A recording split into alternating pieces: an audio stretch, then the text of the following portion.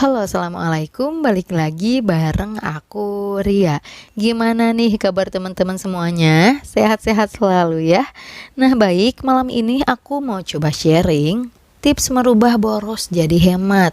Nah, buat yang pengen tahu pembahasannya, boleh simak video ini sampai selesai.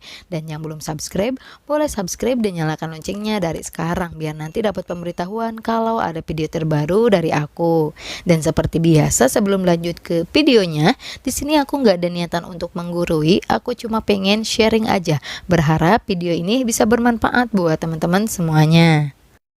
Baik, langsung aja yang pertama, tips merubah boros jadi hemat yaitu ketahui penyebab boros dan cari solusinya.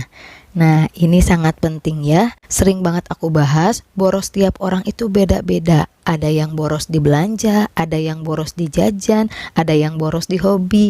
Nah, jadi kita harus tahu selama ini kita borosnya di apa. Kalau udah tahu, silahkan diperbaiki ya, cari solusinya. Misalkan nih, aku selama ini borosnya di belanja. Karena apa? Kalau lagi bete pasti ngelampiasinnya ke belanja. Nah, kalau udah tahu kayak gitu, langsung dirubah ya.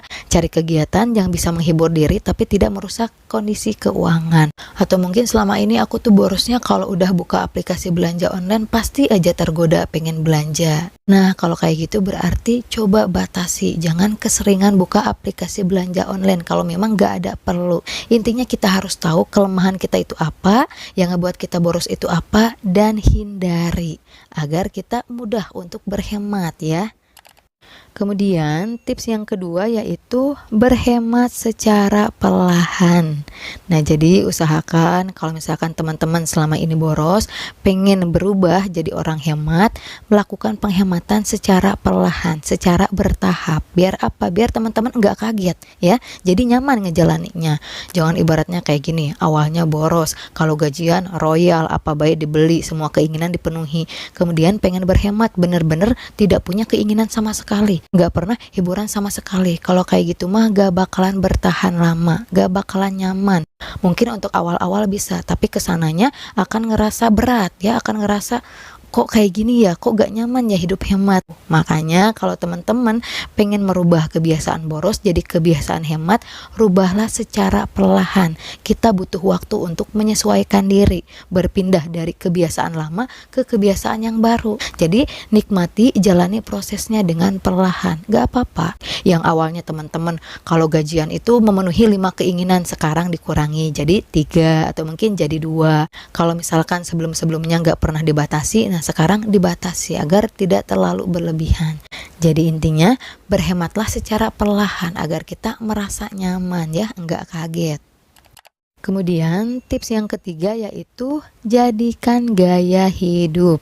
Nah, makanya kenapa kata aku juga dalam berhemat kita harus nyaman, karena kita berhemat bukan untuk periode tertentu, bukan untuk 1 tahun, bukan untuk 2 tahun, tapi untuk selamanya, dijadikan gaya hidup selamanya ya. Jangan ibaratnya kita berhemat karena keuangan lagi berantakan aja, karena ada tujuan aja, pas tujuannya sudah tercapai kemudian balik lagi ke kebiasaan boros. Nah, bukan seperti itu ya. Jadikan hemat sebagai gaya hidup kita selamanya. Makanya harus dibenerin dulu nih mindset tentang hidup hemat.